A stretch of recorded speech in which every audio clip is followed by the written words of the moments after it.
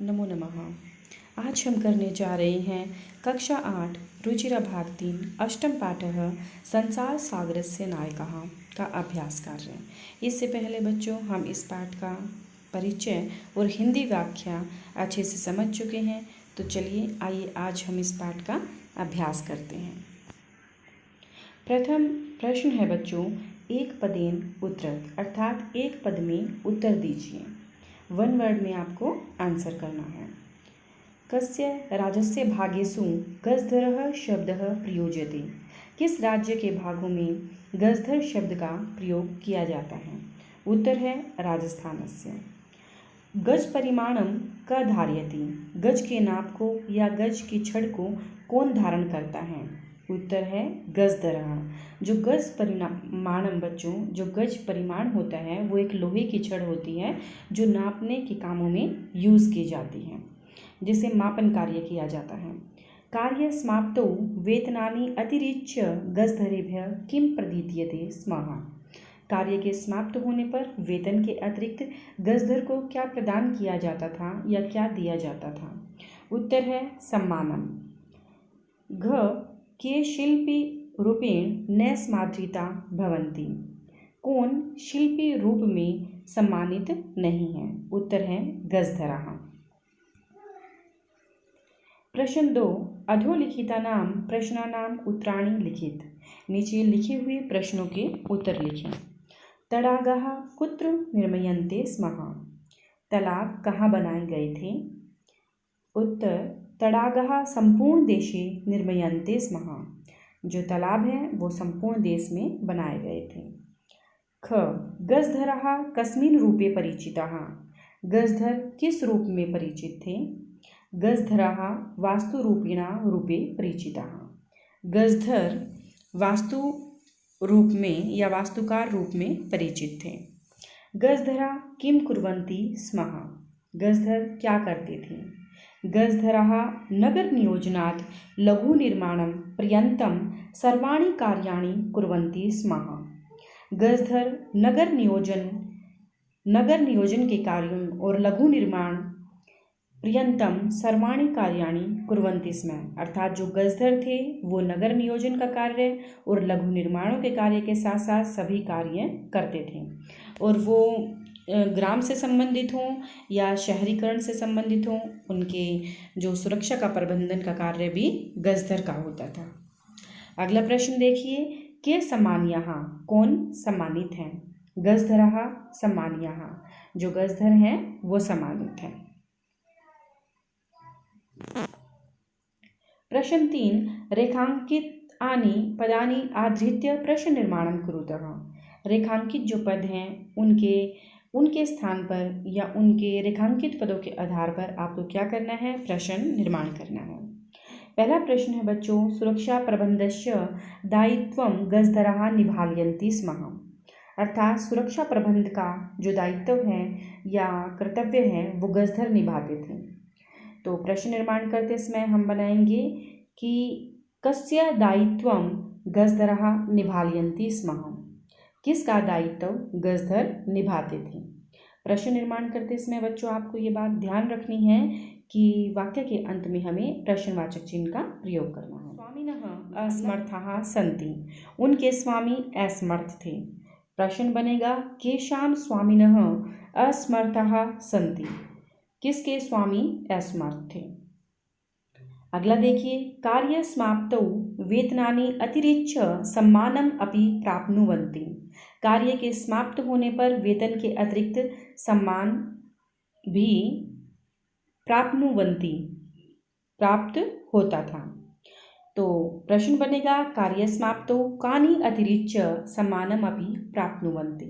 कार्य के समाप्त होने पर किसके अतिरिक्त सम्मान भी प्राप्त होता था? अगला है गजधरः सुंदर शब्दः अस्ति। गजधर सुंदर शब्द है। के सुंदर शब्दः अस्ति, अर्थात क्या सुंदर शब्द है? तडागाः संसार सागरः कथयन्ति। तालाब संसार सागर, तालाब जो हैं वो संसार सागर कहे जाते हैं। तो किन्हें कौन संसार सागर कहा जाता है या कहे जाते हैं? कहा संसार सागरः कथयन्ति। अगला प्रश्न है प्रश्न 4, अधोलिखितेषु यथापेक्षितं संधि विच्छेदम कुरुत। नीचे लिखे हुए अधोलिखितेषु यथा अपेक्षित, नीचे लिखे शब्दों को हमें क्या करना है? संधि करना है, और कुछ शब्दों का हमें संधि विच्छेद करना है।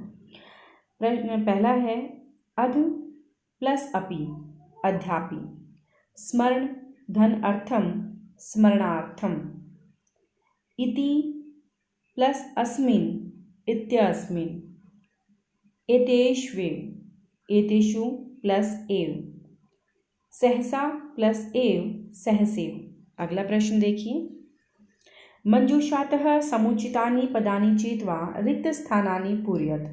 मंजूषा से समुचित पदों को चुनकर आपको रिक्त स्थानों की पूर्ति करनी है। पहला है छात्राः पुस्तकानि डैश विद्यालयं गच्छन्ति। छात्राः छात्र पुस्तकों को लेकर विद्यालय को जाते हैं। मालाकारः पुष्पैः मालाः रचयन्ति। माली पुष्पों से माला को बनाता है, रचता है। मम मनसि एका जिज्ञासा वर्तते, मेरे मन में एक जिज्ञासा है। रमेशः मित्रैः सह विद्यालयं गच्छति। रमेश मित्रों के साथ विद्यालय को जाता है। सहसा बालिका तत्र अहसत, अचानक ही बालिका वहाँ हंसी। अगला प्रश्न देखिए, पद निर्माणम कुरुत। बच्चों यहाँ पर आपको पद निर्माण करना है। धातु प्रत्यय आपको दिया गया है, आपको पद का निर्माण करना है। तो पहला आपको दिया गया है क्री प्लस तुमुन करतुम, ख्री प्लस तुमुन हरतुम, त्रि प्लस तुमुन तरतुम। यहाँ पर बच्चों जो तुमुन प्रत्यय है वो के लिए अर्थ में होता है, करतुम अर्थात करने के लिए। नम प्लस कत्वा नत्वा, गम प्लस कत्वा गत्वा। यहाँ पर जो कत्वा प्रत्यय है बच्चों वो कर के अर्थ में प्रयोग किया जाता है। जैसे नम प्लस कत्वा शब्द बनता है हमारा नत्वा, या पद बनता है नत्वा, अर्थात झुक करके। किसी का अभिवादन करने के लिए हम बोलते हैं कि झुक करके, जैसे अभिवादन करते हैं तो झुक करके। गम प्लस कत्वा गत्वा अर्थात जा करके। त्यज प्लस कत्वा त्यक्त्वा, भुज प्लस कत्वा भुक्त्वा। अगला देखिए, उपसर्ग धातु प्रत्यय। यहाँ पर आपको पद निर्माण करना है। जो प्रत्यय है वो लैप प्रत्यय दिया गया है। बच्चों जो लैप प्रत्यय है वो भी हमारा कर के अर्थ में प्रयोग होता है, लेकिन इनमें जो इनमें जो अंतर है वो है जो कत्वा प्रत्यय है, इसमें आपको धातु दिया जाता है और प्रत्यय, और आपको शब्द या पद का निर्माण करना होता है। लेकिन जो लैप प्रत्यय है उसमें धातु से पूर्व उपसर्ग का प्रयोग होता है, और जो बीच में धातु का प्रयोग होता है और अंत में लैप प्रत्यय का प्रयोग किया जाता है। तो उप गम लैप, उप प्लस गम प्लस लैप, तो शब्द बना हमारा उपगम्य। सम प्लस पूज प्लस लैप संपूज्य। आ नी लैप प्रत्यय आनीय। प्र उपसर्ग दा धातु लैप प्रत्यय प्रदाय। अगला प्रश्न है, कोष्ठकेषु दत्तेषु शब्देषु समुचितां विभक्तिं योजित्वा रिक्त स्थानानि पूरयत। तो बच्चों यहाँ पर कोष्ठक में दिए हुए शब्दों से आपको समुचित, जो दिए हुए शब्द हैं उनमें आपको शब्दों में समुचित विभक्ति का प्रयोग करके रिक्त स्थानों की पूर्ति करनी है। तो पहला है आपको दिया गया है विद्यालयं परितः वृक्षाः सन्ति। विद्यालय के चारों ओर वृक्ष हैं। तो परितः के योग में बच्चों द्वितीय विभक्ति का प्रयोग किया जाता है। इसी तरह से कुछ और भी शब्द हैं जिनके आधार पर हमें द्वितीय विभक्ति का प्रयोग करना होता है। तो यहाँ पर भी हमें द्वितीय विभक्ति का ही प्रयोग करना है इन वाक्यों में। तो डैश उभयतः ग्रामाः सन्ति।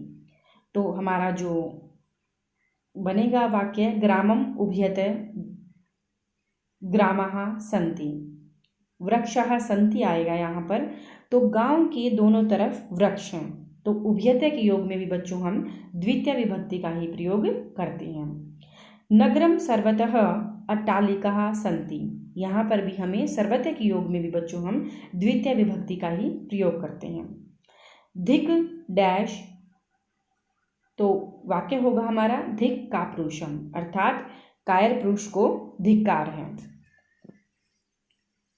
आगे देखिए, मृगः मृगैः सह धावन्ति। जो मृग हैं वो मृग के साथ ही दौड़ते हैं, मृगों के साथ ही दौड़ते हैं। बालकः, यहाँ हमें तृतीय विभक्ति का प्रयोग करना है। बालकः डैश सह पठन्ति, तो कोष्ठक में दिया गया है बालिका, तो जो बालक हैं वो बालकों के साथ ही पढ़ते हैं। यहाँ पर जो हमें लिखना है बालिका भी है, क्योंकि यहाँ पर बहुवचन का शब्द है। पुत्र पित्रा सह आपणम गच्छति, पुत्र पिता के साथ बाजार जाता है। तो सह के योग में बच्चों हम तृतीय विभक्ति का प्रयोग करते हैं, एक वचन में पित्रा शब्द का प्रयोग किया जाता है। शिशु मात्रा सह क्रीडति, बच्चा माता के साथ खेलता है। तो जो बच्चों मातृ शब्द हैं वो तृतीय विभक्ति एक वचन में मात्रा लिखा जाता है। तो ये था बच्चों हमारा अभ्यास कार्य इस पाठ का। उम्मीद करती हूँ आपको अच्छे से समझ आया होगा। तो मिलते हैं अगली वीडियो में, तब तक के लिए धन्यवाद।